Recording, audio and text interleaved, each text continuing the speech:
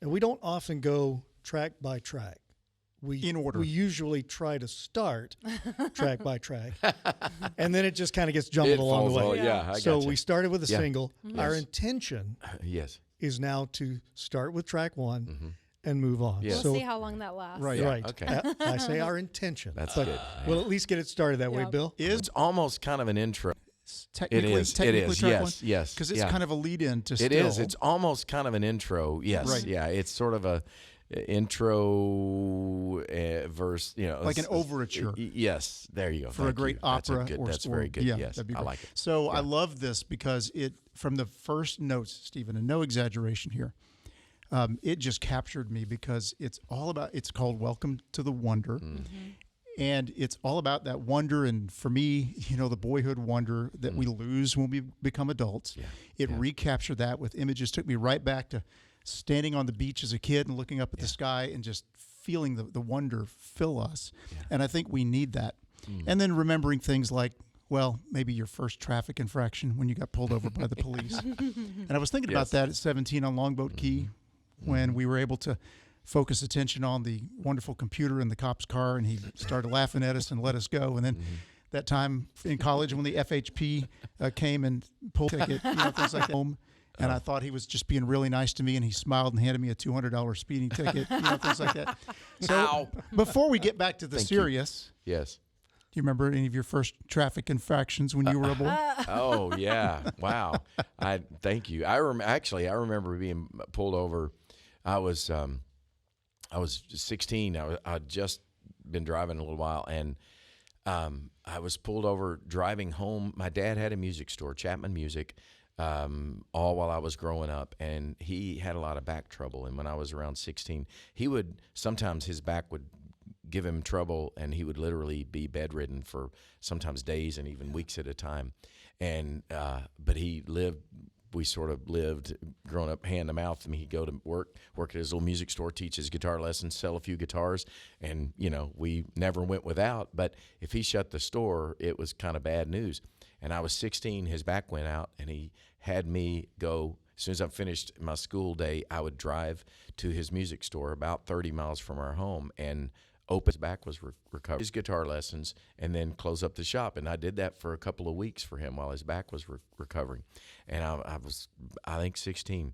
And I was driving home one night, and I wasn't getting a lot of sleep, and I was coming back, and I'll never forget, I was in my 71 Camaro, my first car, and had lights, went on behind me, blue lights, and I pulled over. And I was like, oh, man. And I didn't think I was speeding, didn't know what I did. And probably playing, messing with my music, with my cassette deck. Anyway, I'd swerved apparently a few times, and the police officer pulled me over and said, boy, what are you doing? You been drinking? What are you drinking? And I was like, no, sir. I remember actually I said, no, sir, I'm a Christian. I don't drink alcohol.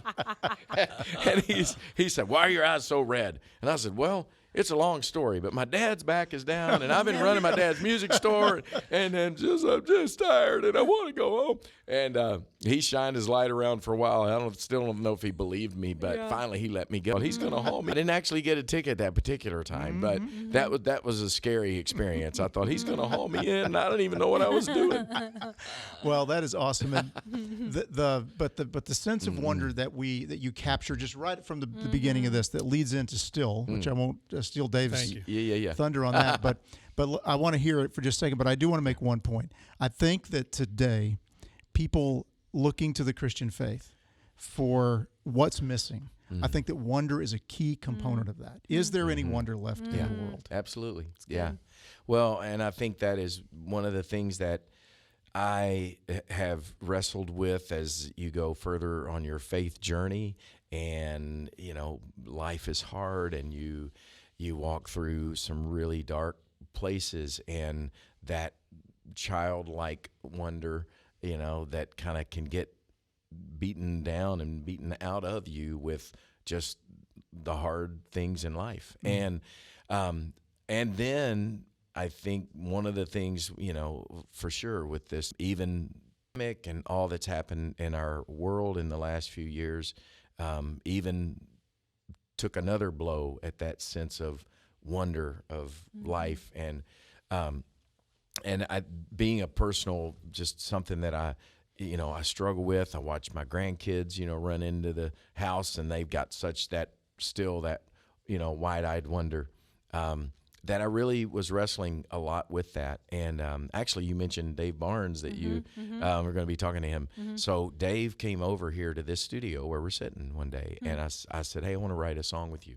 And we've been friends forever, and I love his writing. And I had this idea, and I said, it's just something that I'm wrestling with, and it's a prayer that that I pray, God, I want you to awaken that sense in my heart. I don't want to lose that because, I love, there's so many great different, C.S. Lewis writes so much about it and capture great, Chronicles of Narnia and all of those stories that just capture, and the Lord of the Rings, that capture this wonderment that all those guys were writing from a gospel perspective, trying to put that into somehow into the language that would capture wonder, because so often religious, religion is, very void of a lot of wonder for so many people. And, I've tried to do it with Saddle Up Your Horses. We got a trail to blaze, I mean, that was for me a sense of the wonder of God's grace. How do I put that into a song? Going deep. Yeah, dive, those kind of things. So yeah, for me, again, trying to just remember that sense of standing at the ocean for the first time, and that, and the crazy thing about wonder too, that in fact, for a while, the record, I was going to call the record Welcome Back to Wonder, or Welcome All Wonder, because one of the things about wonder too that I've learned in life is that there is also a sense, the word wonder, and I decided not to try to go too deep in the song. I've been known to do that, where I try to explain it all, and that's like a whole 14-point theological discussion in a song. One of the things I love about you, Steven. And that's like, I probably just need to stay in one lane here and not try to do the whole thing.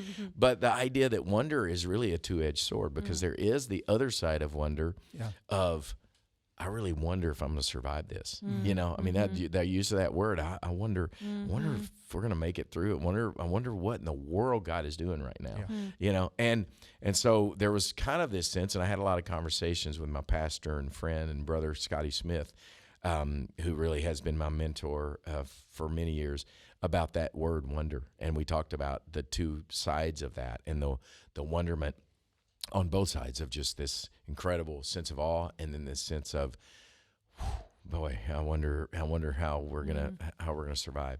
And so yeah, the song almost didn't make the cut. It was a song, because I wrote, probably, as I'm prone to do, 30 different ideas, 30 or 40 song record, and that was one that wasn't always at the top of the list for, when I played it for record label or whatever. But I just kept holding on to it, because I said I would love to start this record just sort of, setting the stage for this sense of wonder that I just don't want to lose. That sense when you were a kid, that you just look up at the stars and feel so tiny and so small, and yet there was something inside of me that thought, and yet it stirs something that says, I belong here, and I, you would begin to discover that, because God made you and named the stars and named you, and you're, he's telling you something in all of this.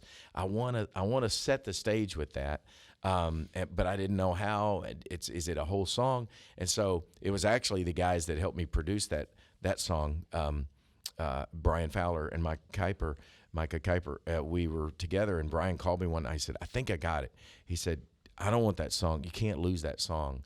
But maybe, what if we use it almost as it goes right in for the record? It's just something that sets it up. So you just do the verse and the chorus, and then it goes right into still. That would be kind of a cool way to open this record. What do you think? And when he said that, I was like, that's perfect. I would love that. So that's why it's kind of a short. It's a short thought, but a pretty epic thought too, to kind of just set the stage for welcome back to Wonder.